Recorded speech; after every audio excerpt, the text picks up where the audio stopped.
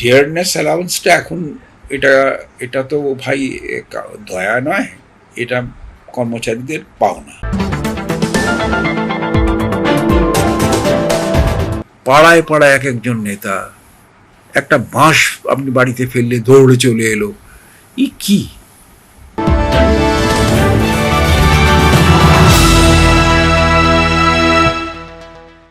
Supreme কোর্টের নির্দেশ সত্ত্বেও কি বকেয়া দিয়ে এড়িয়ে যেতে পারে রাজ্য? খোলা আছে কি কোনো আইনি পথ? সুপ্রিম কোর্টের রায় যদি রাজ্য সরকার সত্যি মান্যতা দেয়, তাতে উপকৃত হবেন প্রায় ৪ লক্ষ কর্মচারী।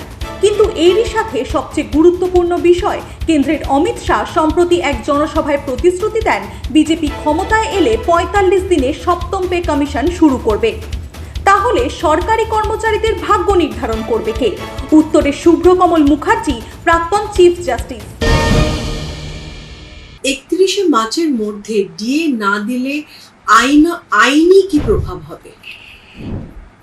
দেখুন ভাই, ডিয়ারনেস অ্যালাউন্সটা এখন এটা তো ভাই দয়া নয়, এটা কর্মচারীদের পাওনা।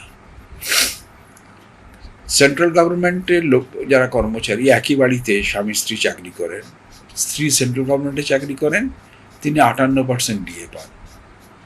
স্বামী ওয়েস্ট বেঙ্গল গভর্নমেন্টের চাকরি করেন, এখন 10% বাড়িয়ে কত হয়েছে আমি এখনও জানি না, অনেকটাই কম আছে। তো ভাই আমার প্রশ্ন হচ্ছে যে এই দু পার্থক্যের তো কোনো মানে নেই। আর ভাই বললে আবার কথা হচ্ছে, আমরা ভোটে দাঁড়াবার সময় প্রত্যেক দল, এটা কিন্তু মানে তৃণমূল, বিজেপি, কমিউনিস্ট, আম আদমি পার্টি, সব সময় সবাই মিলে বলছে আমরা ফ্রিবিজ দেব, এটা দেব, ওটা দেব। দিতে হলে দান করলে নিজের বাপের পয়সা থেকে কর, গভর্নমেন্ট ফান্ড থেকে কেন? আর যে যে পার্টি ফান্ড থেকে করলে বুঝি যে হ্যাঁ করছে, তার বদলে গভর্নমেন্টের ট্যাক্স, যেটা মানে আমাদের ইমপ্রুভমেন্টের জন্যে বা ইনফ্রাস্ট্রাকচার ডেভেলপমেন্টের জন্য লোকে ট্যাক্স দেয়, সেই ট্যাক্সগুলোকে টাকাগুলোকে অপব্যয় হচ্ছে বলবো আমি। আর একটা মানুষকে কিন্তু ভিক্ষে দিয়ে অনেক দিন করা যায় না। আজ প্রতিকুর রহমান বলে একটি ছেলে নাকি ইদানিং সিপিএম থেকে গেছে, তিনি বলছেন আমরা ওটাকে বলেছিল ভিক্ষা, আমি ভুল করেছি, ওটা ভিক্ষা না, ওটা মানে উপলব্ধি হয় এক এক সময় এদের। কিন্তু আমার নিজের কথা হচ্ছে, কোনো মানুষ কোনো কাজ না করে যদি কারোর কাছ থেকে টাকা পায়, সেটাকে আপনি দান বলুন বা ভিক্ষে বলুন, এছাড়া তো আর কিছু বলতে পারা যায় না। আর প্রতি মাসে মাসে তারা দান নিচ্ছেন। এই ধরুন, এই যে আমাদের এই কাছাকাছি যে সমস্ত স্লামগুলো আছে, এক একটি বাড়িতে 3টে মহিলা আছে, তারা প্রত্যেক লোকের বাড়ি কাজ করছে, প্লাস লক্ষ্মীশ্রী নাকি লক্ষ্মীর ভাণ্ডারটা নিচ্ছে। এই ছেলে মেয়েগুলোকে 12 ক্লাসের ছেলে মেয়েগুলোকে 1,500 টাকা করে দেবে, তাতে ওদের কি হবে?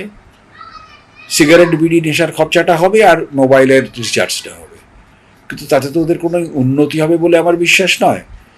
কাজ জেনারেট করতে হবে, এক নম্বর কথা। কাজ জেনারেট না করলে ওভাবে হয় না। কতদিন ভাতা দেবেন আপনি? ধার করে বড়লোকি করা যায়? ডিএর ব্যাপারে রাজ্য কি রিভিউ পিটিশন করতে পারে? মানে শোনো বাবু, আমার কথা হচ্ছে কোর্ট ফিস দিলেই মামলা হয়, অর্ডার পাবে কি না পাবে সেটা আমি বলতে পারবো না। তুমি কোর্ট ফিস দিয়ে তুমি একটা যা খুশি পিটিশন ফাইল করতে পারো, সেটা রিজেক্ট হতে পারে, কস্ট হতে পারে, কিন্তু তোমার পিটিশন ফাইল করা তো কেউ আটকাতে পারবে না। একটা রিভিউ পিটিশন করলো, একটা কিউরেটিভ পিটিশন করলো, করতেই লাগলো। আজকে তো খবর কাগজে কে বললেন বলুন তো, দেখছিলাম জওহর সরকার না কে বলছিলেন যে বোধহয় কত কোটি টাকা খরচা হয়েছে উকিলের পেছনে। এবং দুর্ভাগ্যজনক, এদের মধ্যে কিন্তু বাঙালি উকিল নেই, এরা সব কলকাতার বাইরের উকিল। একটি বাঙালি উকিল মানে তার উপর ভরসা করতে পারছে না কেউ। দিল্লিতে কল্যাণ বন্দ্যোপাধ্যায় আছেন, তার উপরে লিড করছেন কপিল সিব্বল, অভিষেক মনু সিংভি করছেন। ডিএ কি ফুল বেঞ্চে যাওয়ার মতন একটা বিষয়? তো অর্ডার হয়ে গেছে, আর ফুল বেঞ্চ কি জন্য যাবে? আমি তো বুঝি ফুল বেঞ্চ বলতে কি বোঝো? একটা লার্জার বেঞ্চ, নর্মালি 2 জন বসেন, সেখানে 3 জন কেউ বসেন, 5 জন 7 জন 9 জনের বেঞ্চ হয়। এর চেয়ে বড় বেঞ্চ খুব কমই হয়েছে, কিন্তু এই মামলাটা তো শুনানি হয়েছে, হোল হগ অফ দি তার শুনানি হয়েছে, হবার পরে তো তার একটা রায় হয়েছে, তাকে বলেছে এই টাকা দিতে। এর আবার কি পয়েন্টটা তো খুব ছোট, whether the employees of government of West Bengal are entitled to DA equivalent to that of the central government employees. কিন্তু স্যার রাজ্য সরকার তো মানে রিভিউ পিটিশন জমা দেওয়ার মানেই হচ্ছে যে সে এই যে ইমিডিয়েটলি 25% ক্লিয়ার করার কথা হয়েছে, সেটা কোথাও না কোথাও ওরা মানতে চাইছে না। রাজনৈতিক সদিচ্ছার ব্যাপার তো না থাকলে কোনো কাজ হবে না, রাজনৈতিক সদিচ্ছা তো থাকা উচিত। প্রায় এক দশকের আইনি লড়াইয়ের পর বকেয়া ডিএ নিয়ে সুপ্রিম কোর্টে বড় জয় পেয়েছে রাজ্য সরকারি কর্মচারীরা। বিচারপতি সঞ্জয় কারোল এবং বিচারপতি প্রশান্ত কুমার মিশ্রর বেঞ্চ নির্দেশ দিয়েছে বকেয়া ডিএর 100%ই দিতে হবে, আর অবিলম্বে মিটিয়ে দিতে হবে 2008 থেকে 2019 পর্যন্ত বকেয়া ডিএর 25% 31শে মার্চের মধ্যে এবং 15ই মের মধ্যে সম্পূর্ণ বকেয়া মিটিয়ে দিতে হবে।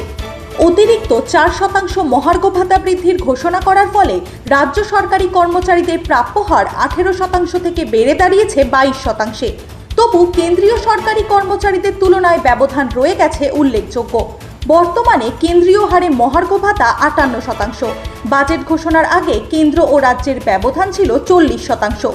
সাম্প্রতিক বৃদ্ধির পর তা কমে 36%-এ নেমেছে। সাক্ষাৎকারের শেষ প্রশ্নে আসবো ডিএর ব্যাপারে। একদিকে সরকার 4% হাইক দিয়েছে বাজেটে, অন্যদিকে সরকার যেটা কোর্ট রায় দিয়েছে 25% এক্ষুনি ক্লিয়ার করুন, সে ব্যাপারে খোলসা করে কিছু দাঁড়াচ্ছে না। সরকার কি নিজেই একটা কন্ট্রাস্টিং ভিউ পয়েন্টের মধ্যে দাঁড়িয়ে নেই? বাই অর্ডার যদি সুপ্রিম কোর্টের হয়ে থাকে, আমরা সেটা ভারতবর্ষের প্রত্যেক নাগরিক, প্রত্যেক প্রতিষ্ঠান সেটা মানতে বাধ্য। যদি মনে হয় ঠিক হয়নি, আমরা রিভিউ পিটিশন করতে পারি, কিউরেটিভ পিটিশন করতে পারি, বা রিভিউ এবং কিউরেটিভ এই পিটিশনগুলোর স্কোপ অত্যন্ত কম, মানে কি বলবো, মাইক্রোস্কোপিক, এর বেশি কিছু বলতে পারবো না। ফলে না মানলে তো বড় অস্বস্তিকর পরিবেশ তৈরি হয়ে যাবে না বাবা?